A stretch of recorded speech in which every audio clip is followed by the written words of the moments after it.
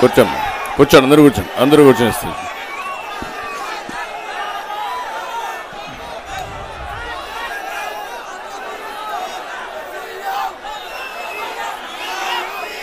వేదిక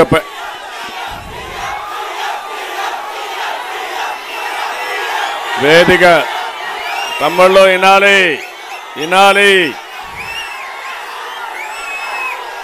మళ్ళీ అరిసే టైం ఉంటుంది, గట్టిగా స్లోగన్స్ ఇవ్వచ్చు, డాన్స్ చేసే అవకాశం కూడా లాస్ట్ లో ఉంటుంది.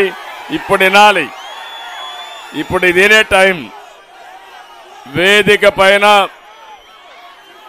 వేదిక ముందర కూడా పెద్ద ఎత్తున ఈ కార్యక్రమానికి విచ్చేసినటువంటి తెలుగుదేశం జనసేన కార్యకర్తలందరికీ నాకు ప్రాణ సమానమైనటువంటి తిరుపతి పార్లమెంటు ప్రజానీకానికి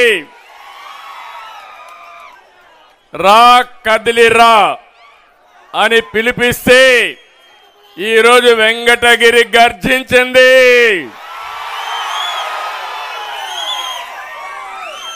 రాష్ట్రంలో రాజకీయ గాలి మారుతోంది. రాష్ట్రాన్ని రివర్స్ గేర్ లో పెట్టిన తుగ్లక్ పని అయిపోయింది. ఒకప్పుడిది నెల్లూరు జిల్లాలో ఉండి ఇప్పుడు తిరుపతికి వచ్చింది వెంకటగిరి. జిల్లా మారింది. మీ వెంకటగిరి రాత మారిందా తమ్ముళ్ళు అని మిమ్మల్ని అడుగుతున్నా. ఒక్క అభివృద్ధి జరిగిందా అని మిమ్మల్ని అడుగుతున్నా. ఎవరైనా ఆనందంగా ఉన్నారా అని మిమ్మల్ని అడుగుతున్నా. ఈ పాలన బాగా లేదని ఇప్పుడే చెప్పాడు ఆనం రామనారాయణ రెడ్డి గారు. మొట్టమొదటిసారిగా అధికార పార్టీలో ఉండి మీ పాలన బాగా లేదని చెప్పిన వ్యక్తి రామనారాయణ రెడ్డి గారు అని చెప్పి నేను మీకు తెలియజేస్తున్నా. మీది తప్పుడు పోకడని కూడా స్పష్టంగా చెప్పాడు. అక్కడి నుంచి ఒక సీనియర్ నాయకుడిని ఏ విధంగా ప్రవర్తించారో ఒక్కసారి మీరు ఆలోచించాలి. రామనారాయణ రెడ్డి గారికి ఒక రాజకీయ చరిత్ర ఉంది. ఎన్టీఆర్ కేబినెట్ లో, రాజశేఖర రెడ్డి కేబినెట్ లో పనిచేసిన వ్యక్తి. అలాంటి వాళ్ళ మాట కూడా వినకపోతే ఈ తుగ్లక్ ఎవరి మాట వింటారు తమ్ముళ్ళు అని మిమ్మల్ని అడుగుతున్నా. ఆయన అడిగింది మంత్రి పదవి కోసం కాదు, ఇంకోటి కాదు, ప్రజాహితం కోసం అడిగితే ఆయన అక్కడి నుంచి దూరం పెట్టే పరిస్థితి వచ్చింది. ఏ పని చేయకుండా పోయే పరిస్థితి వచ్చింది.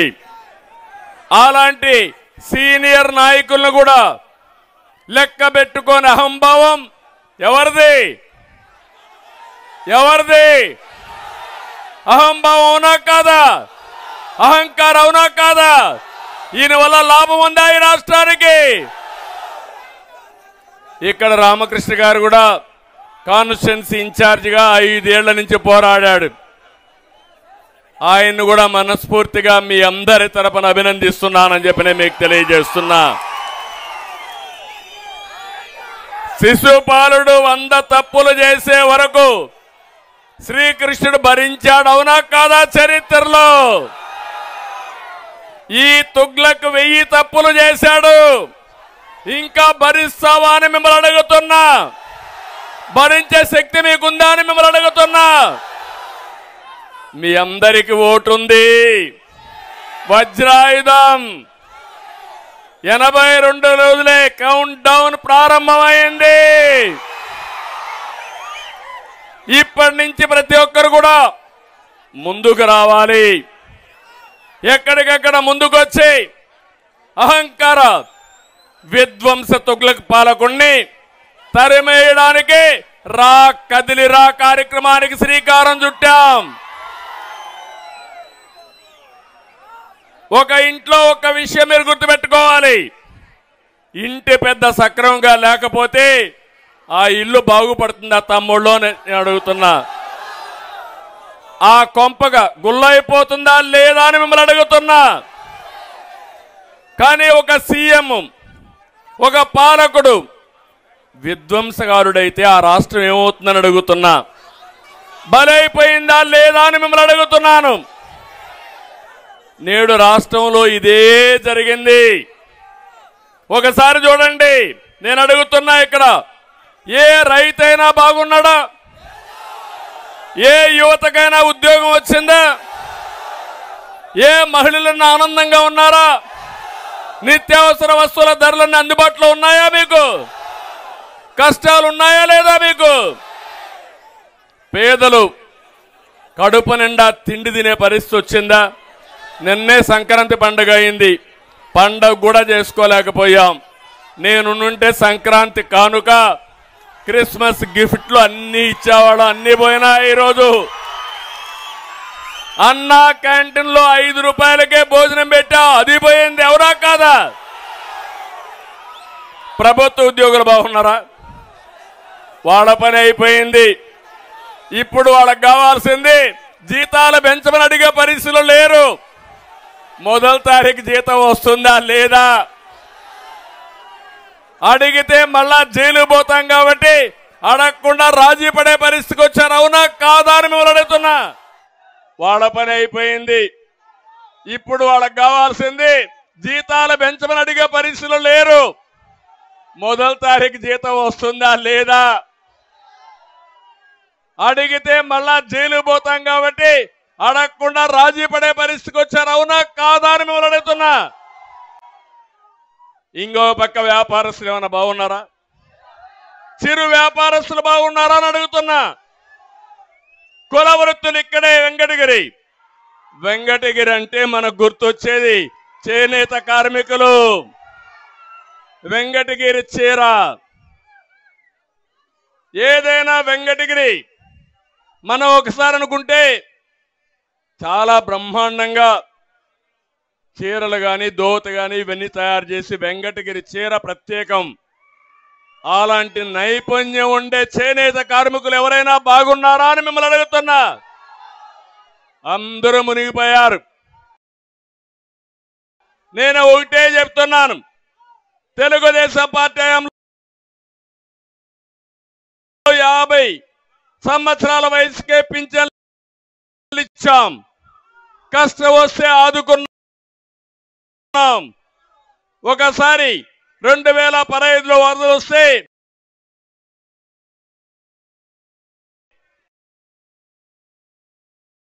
₹10,000 కుటుంబానికి ఇచ్చాం. ఈ రోజు దానికంటే ఎక్కువ ఇచ్చే బాధ్యత తెలుగుదేశం పార్టీది. ఇంకో పక్క ఒకరు కాదు, నేను అడుగుతున్నా, ఏ కులమైనా బాగున్నారా? కడాని ఇక్కడ రెడ్లు కూడా ఉన్నారు, వాళ్ళైనా బాగున్నారా? అందరూ మునిగిపోయారు. ఇంకో పక్క ఏ మతస్థులైనా బాగున్నారా అని మిమ్మల్ని అడుగుతున్నా. రాష్ట్రంలో ఏ ప్రాంతంలో ఎవరైనా బాగున్నారా అని మిమ్మల్ని అడుగుతున్నా. దీనికి కారణం ఎవరు? ఎవరు కారణం? ఎవరు కారణం? ఎవరు కారణం? మీరు సిద్ధంగా ఉన్నారా? రాష్ట్రాన్ని కాపాడుకోవాలి. జగన్ పోవాలి, జగన్ పోవాలి. రాష్ట్రాన్ని కాపాడుకోవాలి. జగన్ పోవాలి, రాష్ట్రాన్ని కాపాడుకోవాలి. దానికి సిద్ధమా అని మిమ్మల్ని అందరిని అడుగుతున్నా. సిద్ధమైతే గట్టిగా చప్పట్లు కొట్టి మీ హర్షాన్ని, ఆమోదం తెలియజేయండి.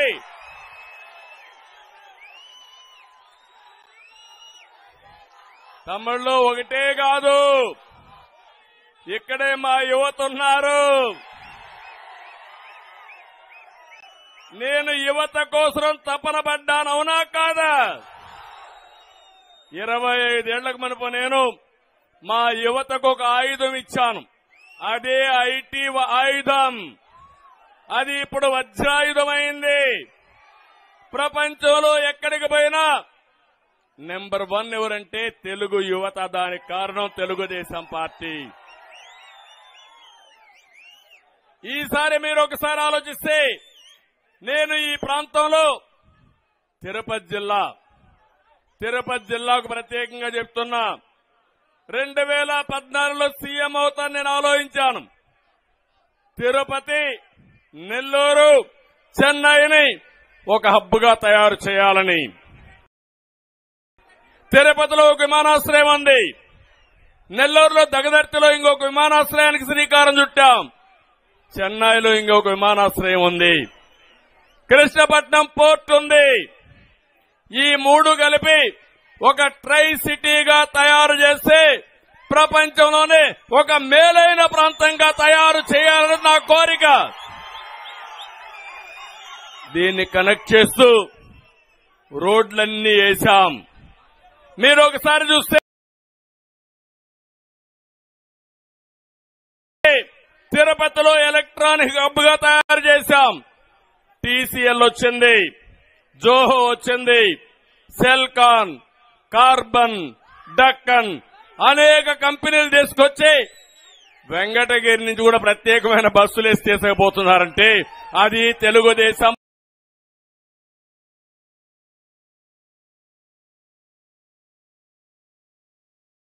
పార్టీ దూరదృష్టి. ఇంకో పక్కన ఈ ప్రాంతాన్ని ఒక ఆటోమొబైల్ హబ్ గా తయారు చేయాలనుకున్నాం. హీరో మోటార్స్ వచ్చింది, అపోలో టైర్స్ వచ్చింది. ఇంకో పక్కన మీరు చూస్తే రిపబ్లిక్ ఫోర్జ్ వచ్చింది. ఇవన్నీ తీసుకొచ్చి శ్రీ సిటీ కూడా అభివృద్ధి చేసి మీ అందరికీ ఉద్యోగాలు ఇవ్వాలంటే ఇతను వచ్చిన తర్వాత ఏం చేశాడో ఒక్కసారి మీరే ఆలోచించండి. ఇక్కడే ఏర్పేడు వెంకటగిరి మధ్యలో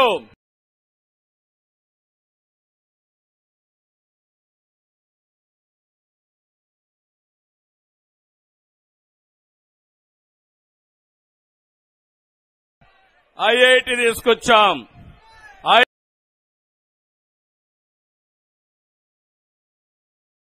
తీసుకొచ్చాం, ఐఐడిటి తీసుకొచ్చాం.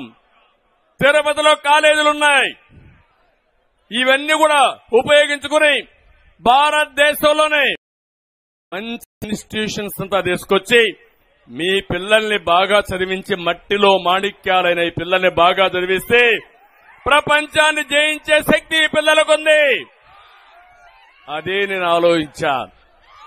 అలాంటి తీసుకొస్తే అవి కూడా పోయే పరిస్థితి వచ్చింది. ఈరోజు నేను ఒకటే అడుగుతున్నా, ఒకసారి మీరు ఆలోచించండి. సభలో తిరుమల భక్తుల కోసం 630 కోట్లతో నేను గరుడ వారధి తీసుకొచ్చా. జగన్ గంజాయి తెచ్చాడు.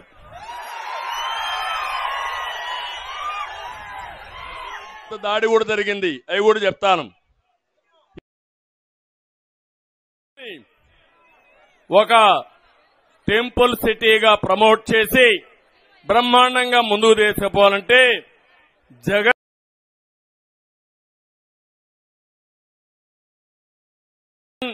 దొంగ ఓట్ల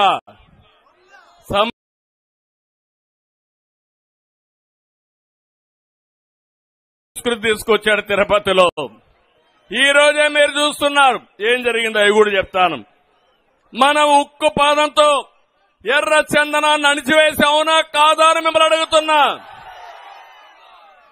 ఆ రోజు నా మీద పెద్ద దాడి కూడా జరిగింది, అవి కూడా చెప్తాను. ఇంకో పక్క ఈరోజు సాక్షాత్తు స్మగ్లర్కే చిత్తూరు ఎమ్మెల్యే సీట్ ఇచ్చేశారు.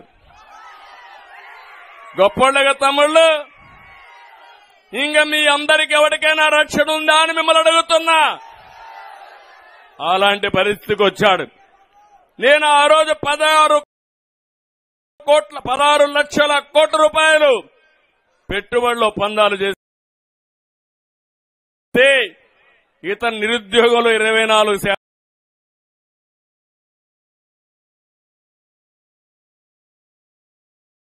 చేసి దేశంలో అందరికంటే వెనకాల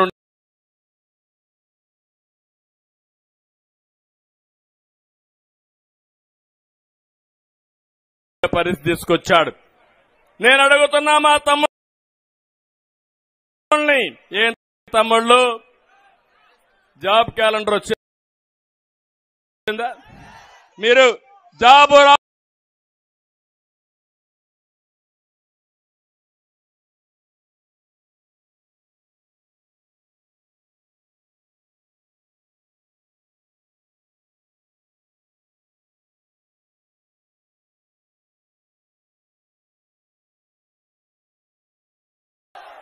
ఏం చెప్పాడు ఆ రోజు?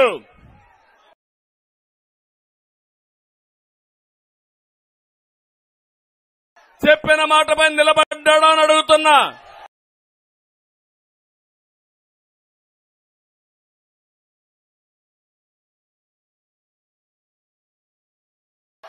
అన్ని పోయే పరిస్థితి వచ్చింది.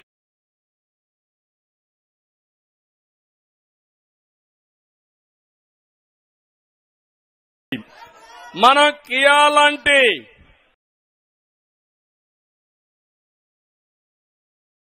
కారు ఫ్యాక్టరీని సౌత్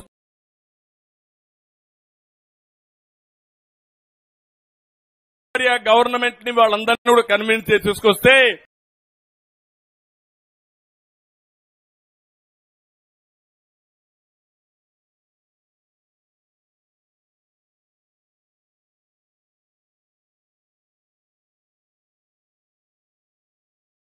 మన దగ్గరుండే అమర్ రాజేందర్ వేశాడు ఈ యొక్క సైకో జగన్. మీరు జాబు రావాలంటే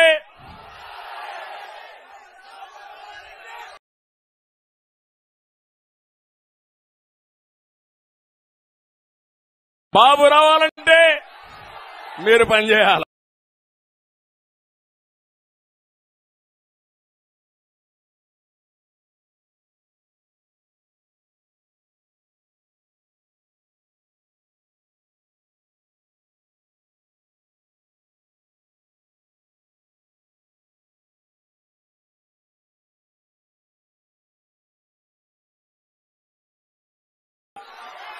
ఇంట్లో పడుకుంటే లాభం లేదు. ప్రతి ఏటా జాబ్ క్యాలెండర్ ఉన్నాడు. ఆ క్యాలెండర్ ఎప్పుడు ప్రింట్ అవుతుందో తెలుసా తమ్ముళ్ళు? ప్రింట్ అయిందా? టీడీఆర్ బాండ్లు ఇష్యూ చేశారు. విశాఖపట్నం లేకపోతే అన్ని సిటీస్ లో మీరు చూడండి, విజయవాడ, విశాఖపట్నం, తణుకు, గుంటూరు అన్ని సిటీల్లో చేశారు. దగ్గర 25,000 కోట్ల రూపాయలు బాండ్లు ఇష్యూ చేశారు. అంటే 25,000 కోట్ల రూపాయలు దోచుకున్నారు. తెలుగుదేశం వస్తానే, జనసేన వస్తానే ఎంక్వైరీ చెప్పిస్తా, వీళ్ళని బోనెక్కిస్తా, తప్పకుండా అలాంటి వాళ్ళని శిక్షించే బాధ్యత మంది. ఇది ఒక ఉదాహరణ. రెండో ఉదాహరణ,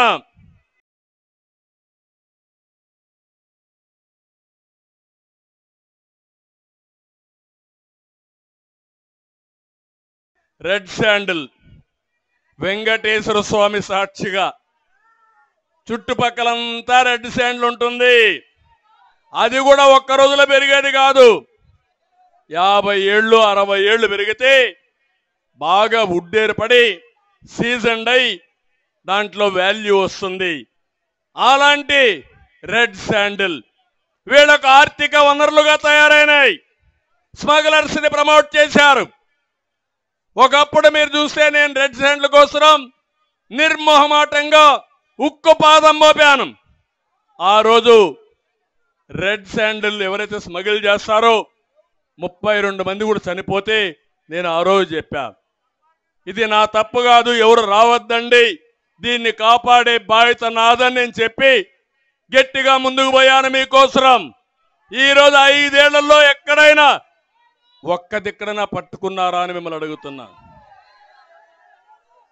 దొంగ వ్యాపారం చేసే వాళ్ళందరికీ రెడ్ కార్పెట్ వేశారు.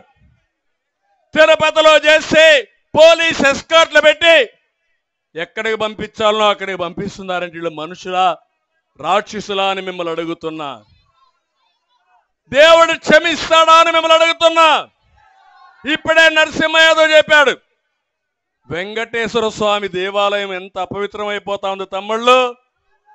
ఈరోజు మనం రామాలయం అయోధ్యలో 490 సంవత్సరాల తర్వాత రామాలయం కడుతున్నామని దేశం అంతా చాలా ఉత్సాహంగా చూస్తా ఉంటే వెంకటేశ్వర స్వామి కలియుగ దేవుడు, న్యాయాన్ని ధర్మాన్ని కాపాడే వ్యక్తి, తప్పు చేస్తే ఎప్పుడో కాదు ఈ జన్మలోనే శిక్ష వేసే వ్యక్తిని ఆ దేవాలయాన్ని అపవిత్రం చేస్తున్నారు. నాకు ఇంటి దైవం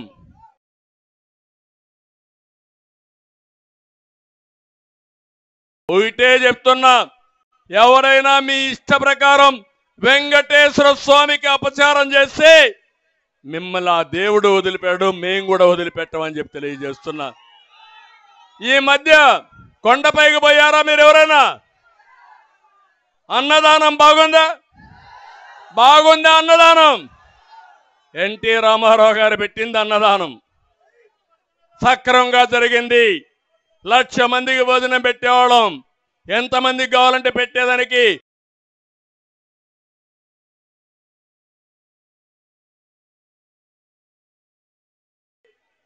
కార్పస్ ఫండ్ కూడా వచ్చింది.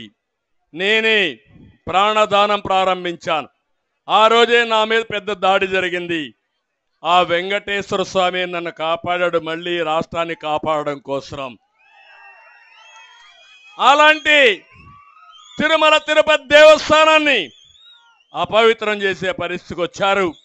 అందుకే మిమ్మల్ని అందరినీ కోరుతున్నా, ఒక రెడ్ శాండిల్ వ్యాపారం చేసే స్మగ్లర్లకి ఒక డెన్ గా తయారయ్యే పరిస్థితి వచ్చింది.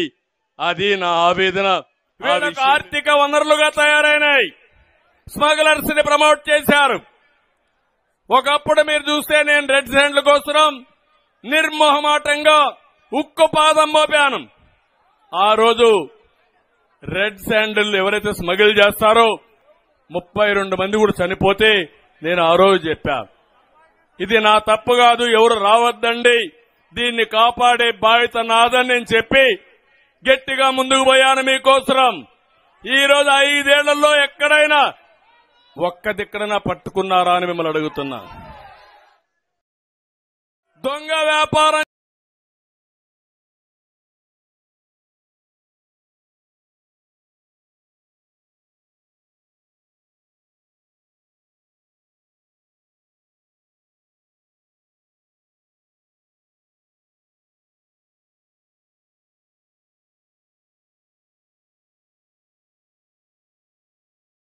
చేసే వాళ్ళందరికీ రెడ్ కార్పెట్ వేశారు.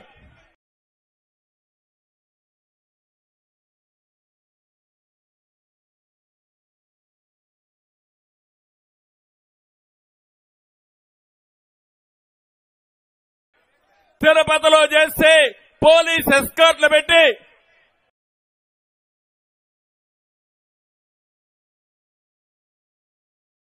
ఎక్కడికి కాదు 3,000 రూపాయలు టన్నుంటే 50,000 చేసి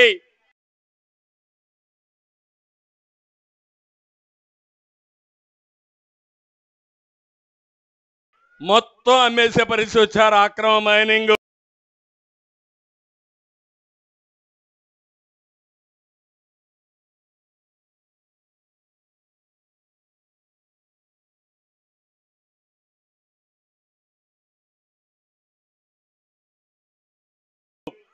మొన్నే మా చంద్రమోహన్ రెడ్డి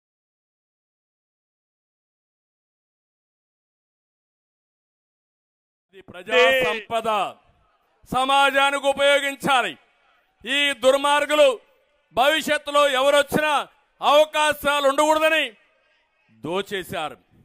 ఇదే కాకుండా ఈ రెంట్లోనే 7,500 కోట్లు. ఇది కాకుండా ఇసుక దొరకతా ఉందా తమ్ముళ్ళు? దొరకతా ఉందని మిమ్మల్ని అడుగుతున్నా.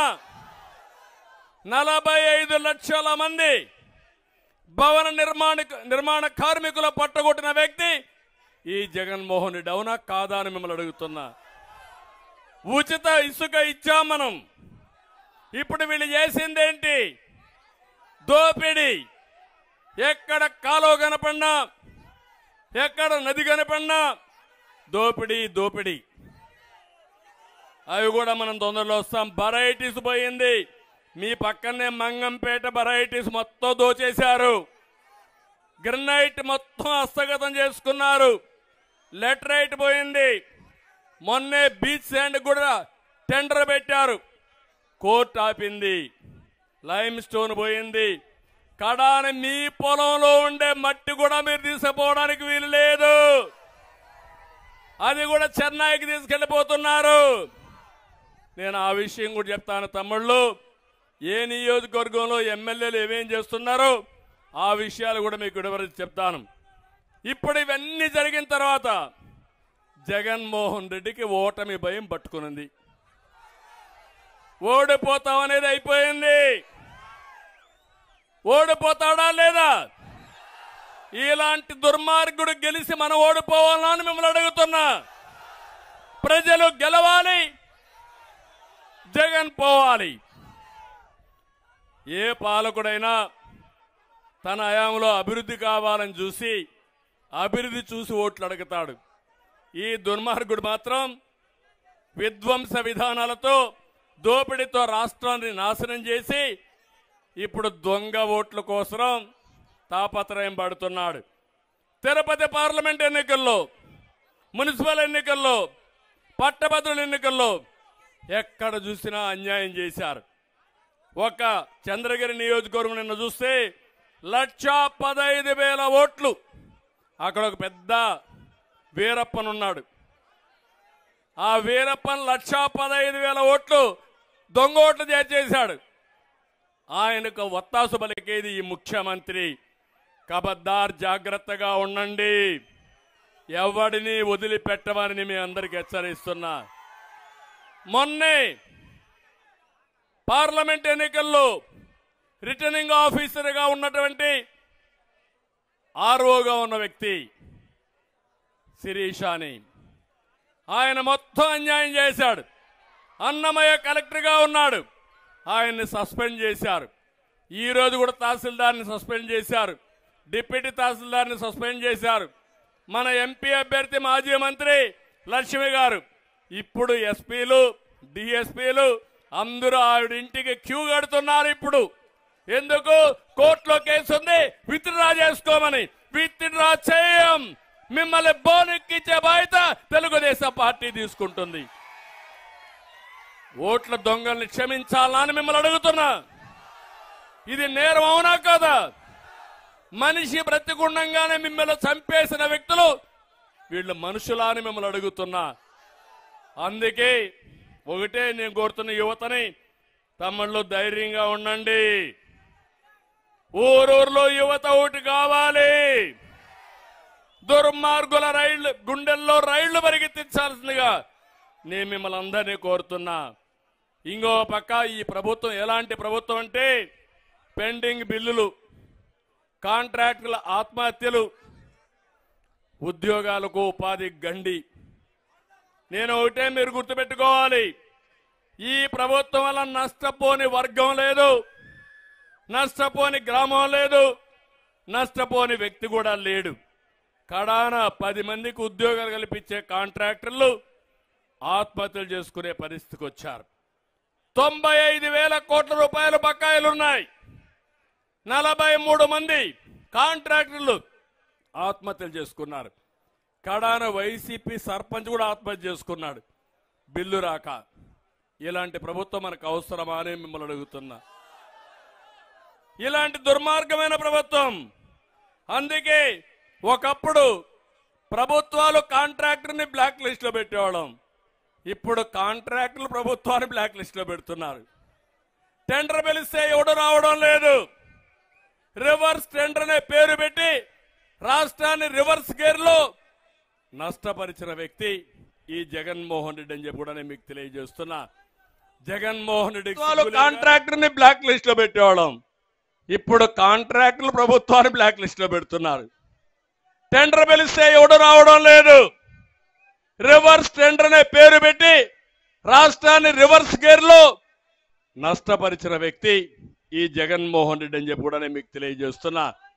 జగన్మోహన్ రెడ్డికి సిగ్గు లేదు, కానీ మీకు నాకు సిగ్గుంది. అవునా కాదా అని అడుగుతున్నా. మనకు ఇప్పుడే జనసేన అధ్యక్షుడు చెప్పాడు, వేరే రాష్ట్రాలకు పోతే అడుగుతున్నారు మీ రాజధాని ఏదని. తమిళనాడులో పోతే గర్వంగా చెప్తారు మా రాజధాని చెన్నై అని. తెలంగాణకి వెళ్తే హైదరాబాద్ అని గర్వంగా చెప్తారు. దాంట్లో నా యొక్క కృషి కూడా ఉంది. బెంగళూరు పోతే, కర్ణాటకకు పోతే మా రాజధాని ఏమిటంటే బెంగళూరు అని చెప్తాడు. నేను అడుగుతున్నా, ఇప్పుడు మీ రాజధాని ఏది? ఏది మీ రాజధాని? ఏది మీ రాజధాని? మూడు ముక్కలాట ఆడేశాడు. మనం మొత్తం దివాలా తీశాం. ఇలాంటి దుర్మార్గుడు ఈ వ్యక్తి. ఇతను మాట్లాడితే ఒక మాట మాట్లాడుతూ ఉంటాడు. మడమ తిప్పను, మాట తప్పను. ఇది ఊత పదం. అతనికి అవునా కాదా? వెంకటగిరి కోట నుంచి అడుగుతున్నా, దీనికి సమాధానం చెప్పండి. 98% హామీలు నెరవేర్చావన్నావు కదా, మచ్చుకు 4 అడుగుతా నేను. అవి సమాధానం చెప్పమంటున్నా. కేంద్రాన్ని మెడలో వంచి ఏం తెస్తా అన్నాడు? ప్రత్యేక హోదా తెస్తా అన్నాడా లేదా? ఇది సంజీవని అని చెప్పాడా లేదా? ఇది వస్తే యువతకు ఉద్యోగాలు వస్తాయనా లేదా? 5 ఏళ్ళైంది. మెడలో ఉంచాడా? కాదు, మెడలో దించాడు. నిన్నే ప్రధానమంత్రి వచ్చాడు. నేను అడుగుతున్నా, అడిగాడా ప్రధానమంత్రిని ప్రత్యేక హోదా? ఇదేనా విశ్వసనీయత? మీరు ఒప్పుకుంటారా తమ్ముళ్ళు? నేను అడుగుతున్నా. ఇంకో పక్క మద్యపాన నిషేధం ఎంత కమ్మగా చెప్పాడు మా ఆడబిడ్డలకు ఆ రోజు.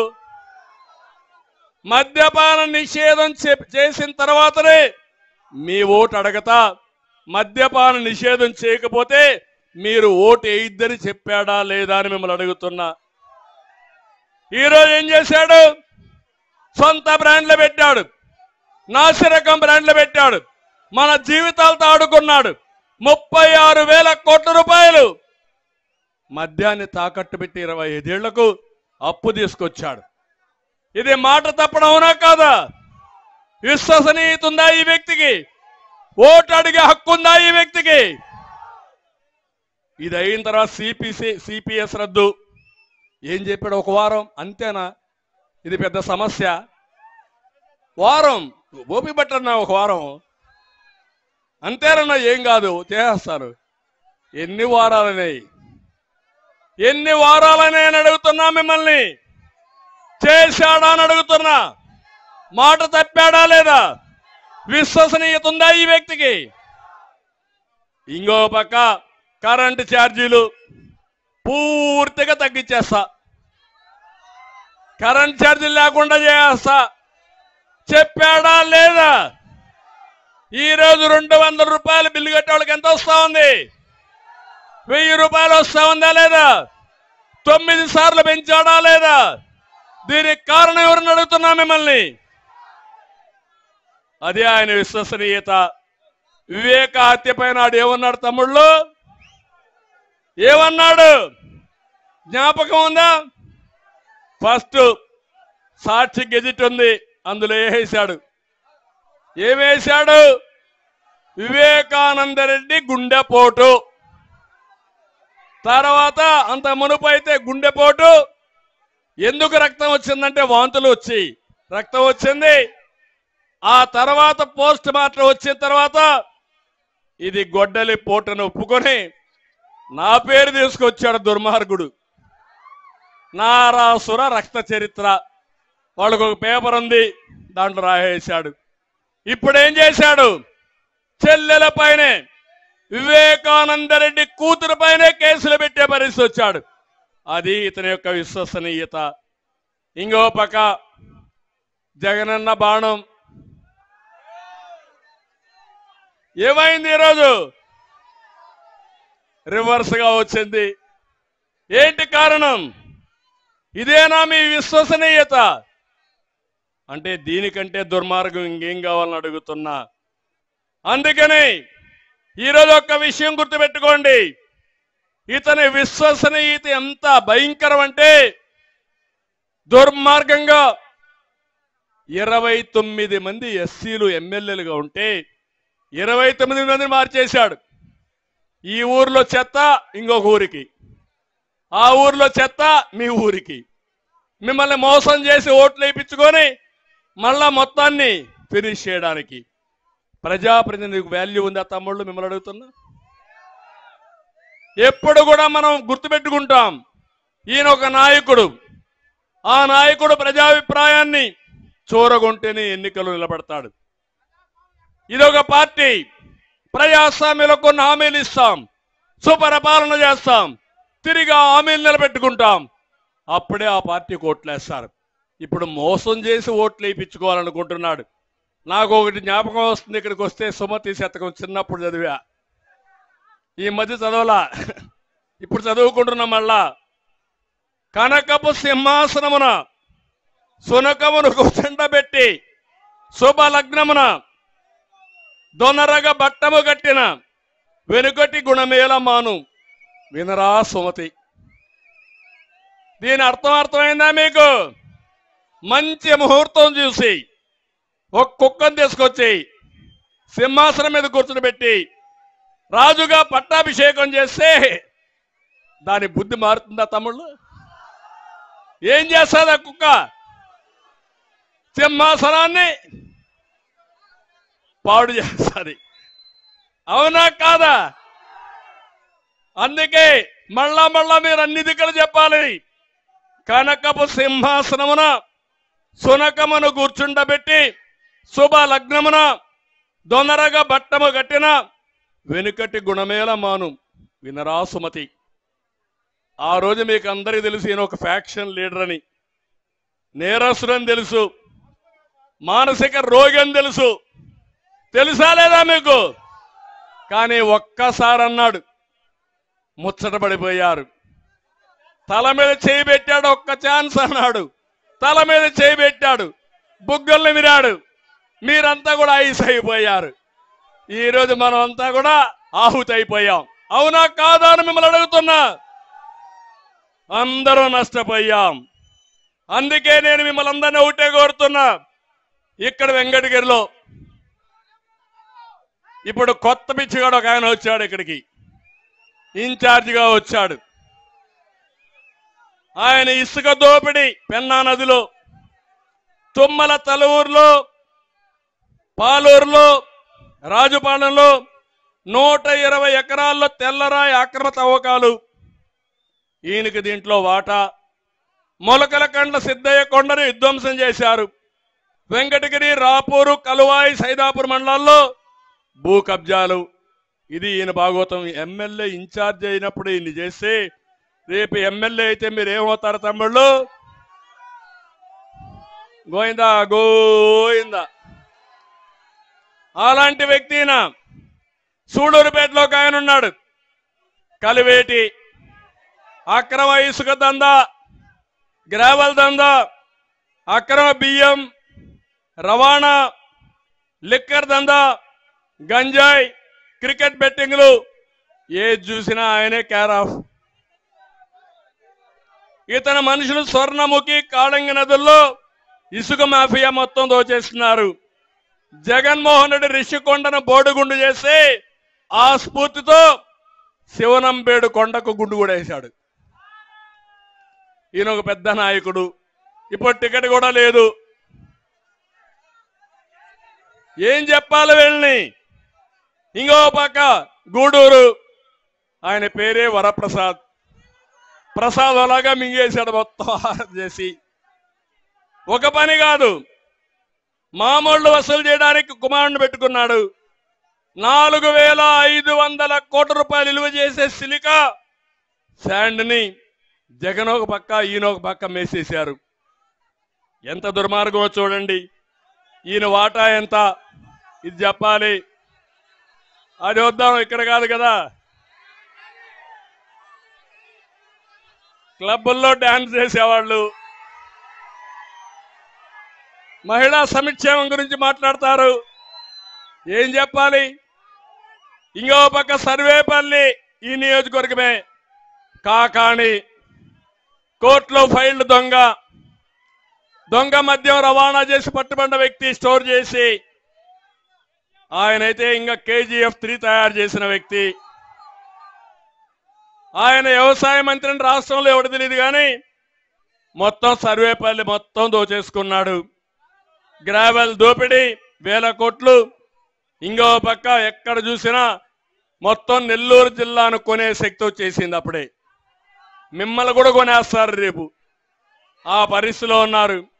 సత్యవేడు పాపం రబ్బర్ స్టాంపు ఆయన్ని మొత్తం అక్కడ ఆయన ఉన్నాడు. పెద్దిరెడ్డి పెద్ద మనగాడు, మామూలు పుడింగ్ కాదు ఆయన. రాష్ట్రంలో మొత్తం మైనింగ్ అంతా దోచుకుని అరిగించుకునే సత్తా ఆయనకుంది. మాట్లాడితే మన మీద దాడులు. అంటే ఎక్కడికి పోతున్నారని నేను అడుగుతున్నా. మొత్తం అక్కడంతా కూడా ఇష్టానుసారంగా ఇసుకంతా దోచుకుని ఆందోళన చేస్తా ఉన్నా వదిలిపెట్టకుండా చెన్నైకి పంపించిన పెద్ద దొంగల వీళ్ళు. ఇంకో పక్కనే కాళాశ్రీ, బియ్యపురెడ్డి ఆరతి కర్పూర మారిగా మింగేస్తున్నాడు ఈ బియ్యపురెడ్డి. నాకైతే కళ్ళు తిరుగుతున్నాయి వీళ్ళ చూస్తా ఉంటే. ఇంత దుర్మార్గులు వస్తారా రాజకీయాలకని. ఇంకో పక్కన మీరు చూస్తే ఇతను 5 ఏళ్లలో బడా చోర్ 2000 కోట్లు. జిల్లాలోనే కాదు రాష్ట్రంలోనే మొట్టమొదటిగా ఓడిపోవాల్సిన వ్యక్తి నెంబర్ 1లో ఈయన ఉండాలని మనస్ఫూర్తిగా ఆకాంక్షిస్తున్నా. రేణిగుంటని కూతురికి, ఏర్పేడును తమ్ముడికి కాళశ్రీ ఈయనకి రాయేసుకున్నారు ఓటాల కింద. మనం అంతా కూడా పెద్ద ఎత్తున పరిశ్రమలు తీసుకొస్తే పరిశ్రమలన్నీ మామూలు వసూలు చేసే పరిస్థితికి వచ్చారు. తిరుపతి ఎమ్మెల్యే భూమన మొన్నటి వరకు నాస్తికుడు, ఇప్పుడు ఎక్కడ లేని పంగనామాలు పెట్టుకొని తిరుగుతూ ఉంటాడు ఎగ్జిబిషన్ కోసం. దేవుడికే అన్యాయం చేయాలనుకుంటున్నాడు కానీ దేవుడికి అన్యాయం చేస్తే ఎట్టి పరిస్థితులు వీళ్ళు బాగుపడ్డరు. తిరుపతి ఈయనకు, తిరుమల ఆయన ఒక ఆయన పెద్ద ఆఫీసర్ ఉన్నాడు. ఎవరు ఆయన పోయాడు. ఇప్పుడు నేను పేరు చెప్పను, మీకందరికీ తెలుసు.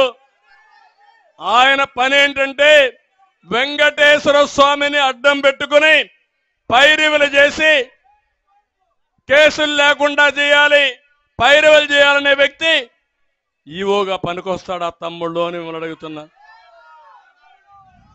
ఒక ఈవోని వేసేటప్పుడు సీనియర్ ఐఏఎస్ ఆఫీసర్ని వేస్తారు.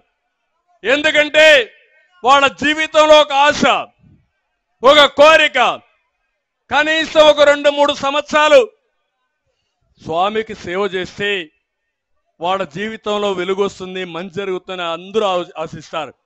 అలాంటి 5 సంవత్సరాలు సాక్షాత్ వెంకటేశ్వర స్వామిని ఇలాంటి దుర్మార్గులకి ఈ జగన్మోహన్ రెడ్డి అప్పచెప్పాడంటే ఏమనాలి నేను అడుగుతున్నా. మీరంతా కూడా మనందరం, నేను కూడా చిత్తూరు జిల్లానే, తిరుపతి జిల్లానే. ఇప్పుడు అలాంటి జిల్లాలో ఇలాంటి అరాచకాలు జరిగే పరిస్థితి వచ్చింది. అందుకే మిమ్మల్ని కోరుతున్నాను, ఇవన్నీ పోవాలంటే వీళ్ళ కథ తేల్చాల్సిన అవసరం ఉంది. జిల్లాలో కొన్ని సమస్యలు, ఆల్తూరుపాడు రిజర్వాయర్ పనులు 399 కోట్లు శాంక్షన్ చేసి 15% పూర్తి చేసి రివర్స్ టెండరింగ్ అని పనులు ఆపేసే పరిస్థితికి వచ్చారు. కందలేరు జలాశయం చెంతనే ఉన్న రిజర్వాయర్ పనులు పూర్తి కాకుండా పోయిన దానివల్ల తెలుగు గంగ పనులు కూడా పూర్తి చేయలేకపోయారు. నీళ్లు కూడా సరిగా వచ్చే పరిస్థితి లేదు. ఇప్పుడే IIDT ఇండియన్ ఇన్స్టిట్యూట్ ఆఫ్ మన హ్యాండ్లూమ్ ఇండస్ట్రీ, హ్యాండ్లూమ్ టెక్నాలజీ ఆ రోజు బాగా డెవలప్ చేశాం. ఇప్పుడే ఆనం రామనారాయణ రెడ్డి గారు చెప్పినట్టు ఇక్కడే పక్కనే ఉంది. అక్కడ గానే ఒక స్కిల్ డెవలప్మెంట్ సెంటర్ పెడితే తిరుపతిలో వచ్చే ఇండస్ట్రీస్ కి, శ్రీ సిటీలో వచ్చే ఇండస్ట్రీకి, రేపు రాబోయే రోజుల్లో వెంకటగిరిలో రాబోయే ఇండస్ట్రీస్ కూడా ఉపయోగపడుతుంది. ఇది చేయించే బాధ్యత తెలుగుదేశం పార్టీ తీసుకుంటాం. Somasila high level canal pending లో ఉంది, పూర్తి చేస్తాం. తోపుగుంట, కొండాపురం, చౌటపల్లి బ్యాలెన్సింగ్ రిజర్వాయర్లు పూర్తి చేస్తాం. స్వర్ణముఖి నది పైన చెక్ డ్యాములు నిర్మించి నీటి ఎద్దడి లేకుండా చేసుకుందాం. వెంకటగిరి, నాయుడుపేట వెళ్లే దారిలో రైల్వే బ్రిడ్జ్ కావాలి, అది కూడా పూర్తి చేసుకుంటాం. గూడూరు నియోజకవర్గం తూర్పు పడమర గూడూరుని కలుపుతూ ఫ్లైఓవర్ నిర్మాణానికి టీడీపీ 63 కోట్లు శాంక్షన్ చేస్తే అది కూడా నిలిపేశారు, అవి కూడా పూర్తి చేస్తాం. చిల్లకూరు, కోట, వాకాడు, చిట్టుమూరు మండలాల్లో 7,000 ఎకరాలు అక్వా ఉంది. అక్వాని సర్వనాశనం చేశారు. మళ్ళీ హామీ ఇస్తున్నా, ప్రతి ఒక్క యూనిట్కి ₹1.50 కరెంట్ ఇచ్చి అక్వా రంగాన్ని ఆదుకునే బాధ్యత తెలుగుదేశం పార్టీది.